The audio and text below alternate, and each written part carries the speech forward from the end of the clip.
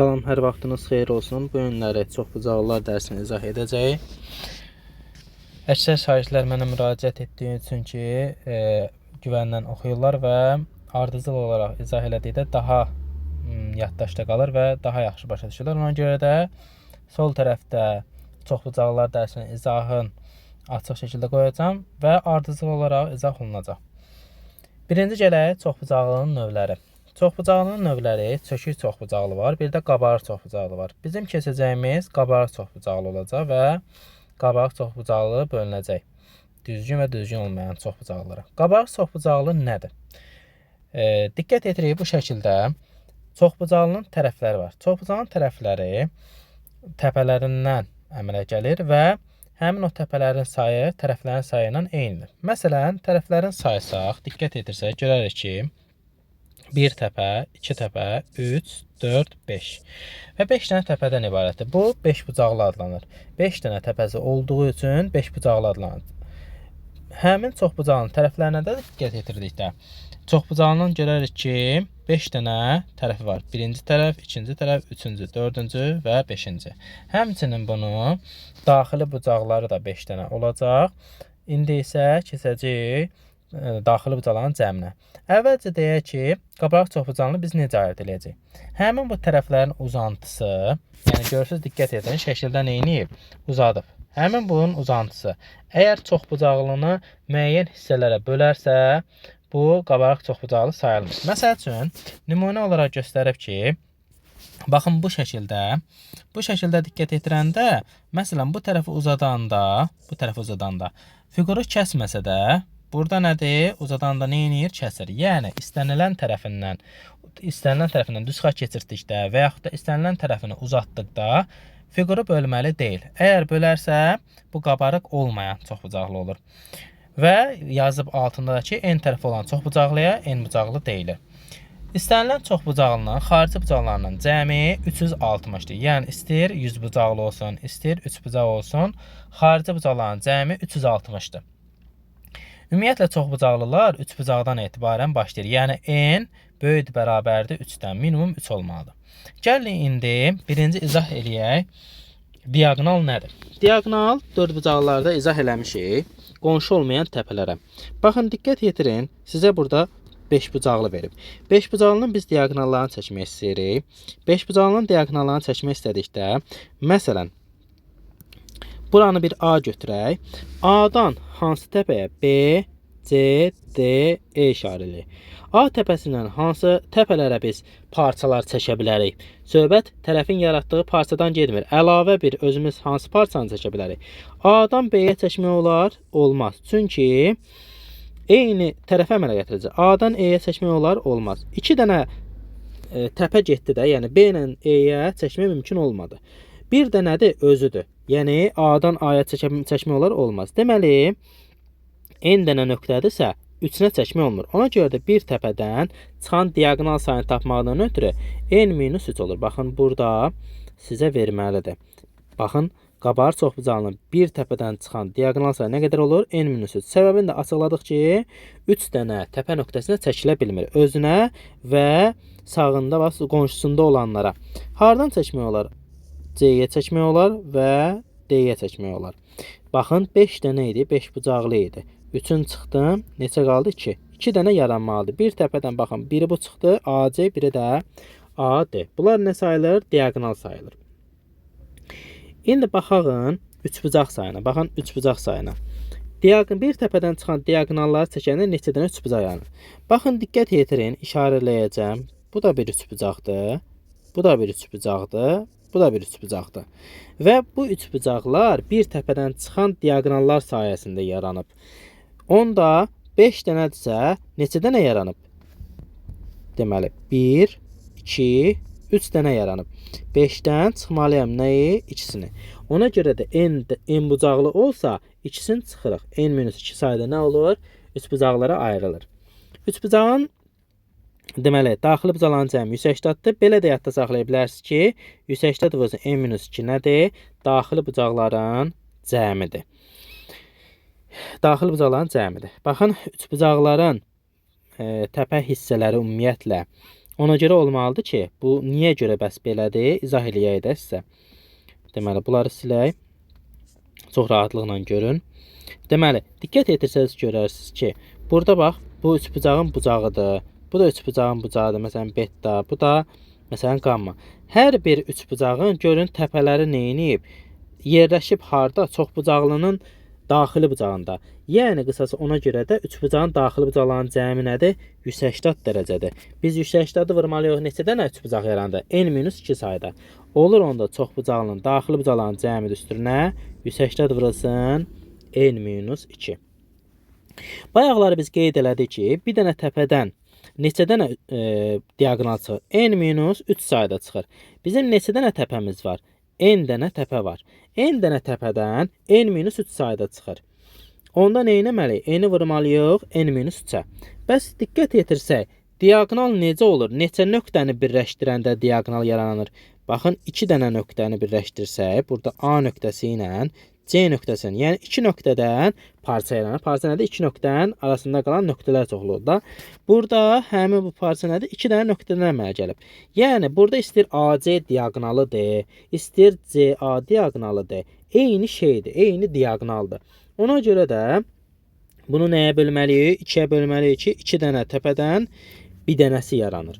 Olur, deməli, bütün diaqonallar bu, bütün diaqonalların sayıdır.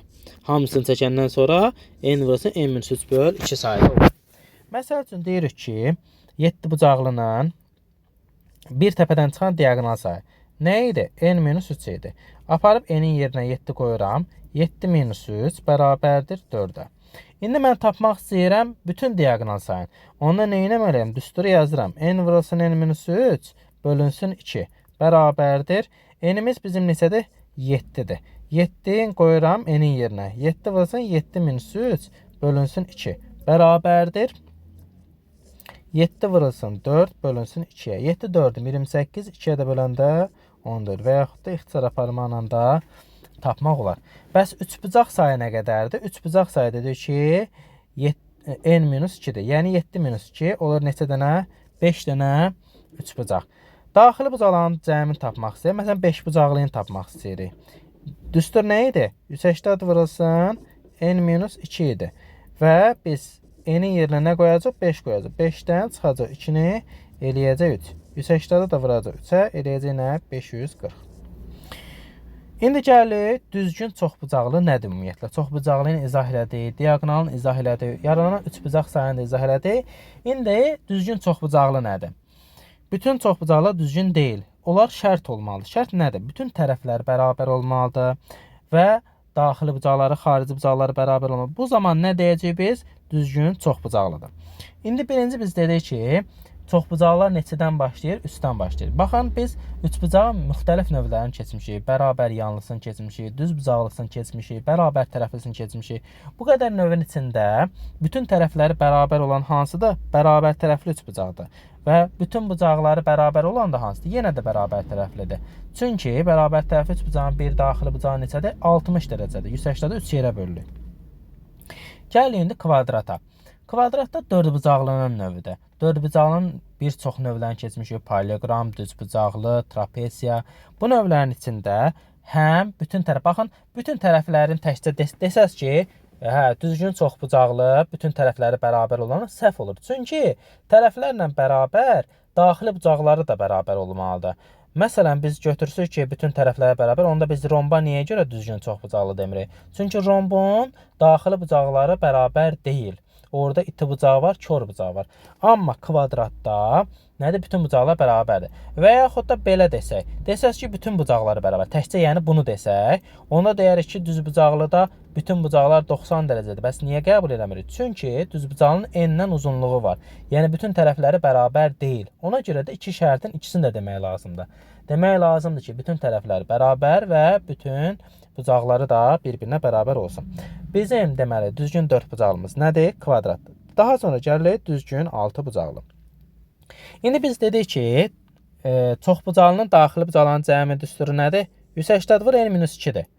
İndi bu n dənə təpə varsa, hamısı eyni paylanmalıdır. Dedim nədir? Bərabər. Hamısı eyni paylanmalıdır. N dənə təpə varsa n-ə bölünür. Xarici bucaqları da bərabər olmalıdır. Xarici bucaqların cəmi nədir? 360-dır.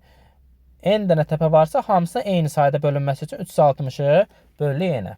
Məsəl üçün, deyir ki, bizə, məsələn, 3 bucağın xarici bucağını tapır. Düzgün 3 bucağın xarici bucağını. 360-ı bölü 3-ə, 360-ı bölü 3-ə. Eləyir neçə? 120.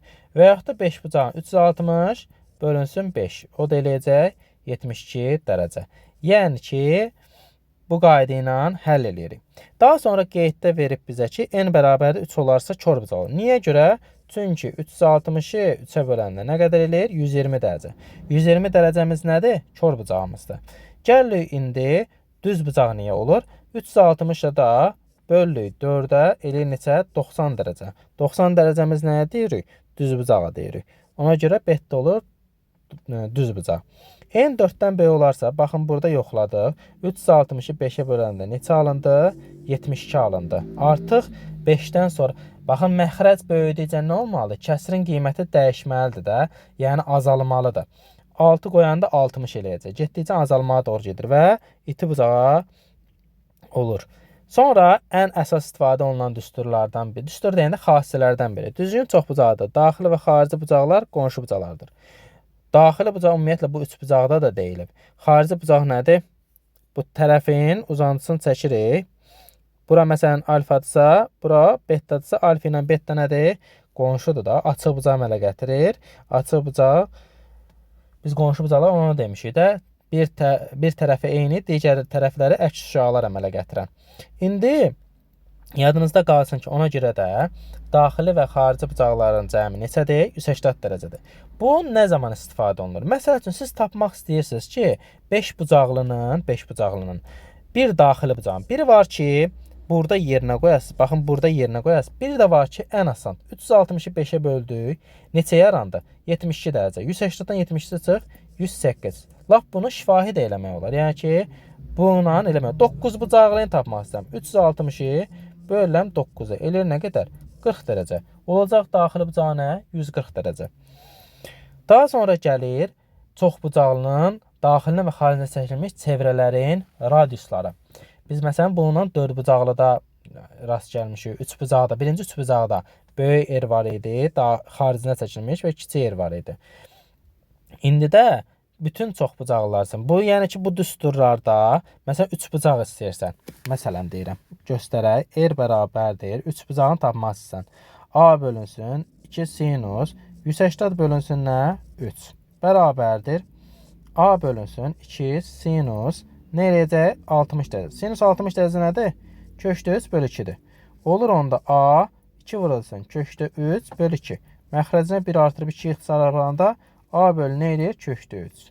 Bunun da məxrəci ilə sanatdan ziddirləyəndə nə olur? A kökdə 3 bölünsün 3. Yəni siz 4 bucaqlıyında tapa bilərsiniz. Bu şəkildə eləmək olar.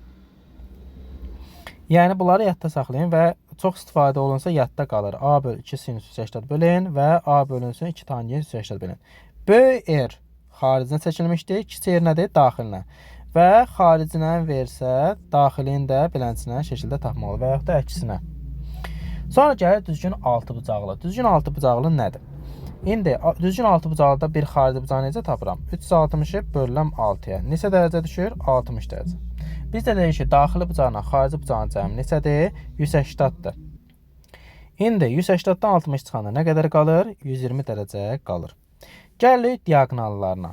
Düzgün 6 bucağın 9 dənə diaqonalı var. 9 dənə diaqonalın 3 dənəsi böyükdür. 3 dənəsi nədir? Kiçikdir. Bu böyük deməkdir, bu kiçik deməkdir. 3 dənəsidir, səhv yazdım. 6 dənəsi. 6 dənəsi. Baxın, kiçiklər bunlardır. Böyüklər də nədir? Bulardır. Böyük diaqonal tərəfin 2 mislidir. Tərəf nədir? A-dır. Məsələn, belə deyək. Deyir ki, çoxbucaqlının perimetri 6 bucaqlının, məsələn, 6 bucaqlının perimetri məsələn 24-dür. 6A bərabərdir 24. 6 bucaqlı deyir ya, bütün tərəflərdə bərabər olduğuna görə 6A olur. 24 bərabərdir 6A-ya, A da bərabərdir nəyə? 4-ə. Deyir ki, bizə böyük diaqonal tap. D bərabərdir 2 vurulsun 4. Tərəfin 2 misli olursa, desək kiçik diaqonal tap, tərəfi kökdə 3-ə vurur. 4 kökdə 3. Və yaxud da əksinə. Deyə bilər ki, kiçik diaqonalı, məsələn 8 köşdü 6 bucaqlının. Yazırıq 8 köşdü 3 bərabərdir A köşdü 3-ə. Düsturu budur. A köşdü 3-lər gedir. A olur neçə? 8. A 8 olandan sonra perimetrini istəyir. 6 dənə tərəf var, hərəsi 8-dir. Reci neçə? 48. Mövzu sadə mövzudur. Sadəcə diqqətlə yanaşmaq lazımdır. Bugünkü mövzumuz da bu qədər.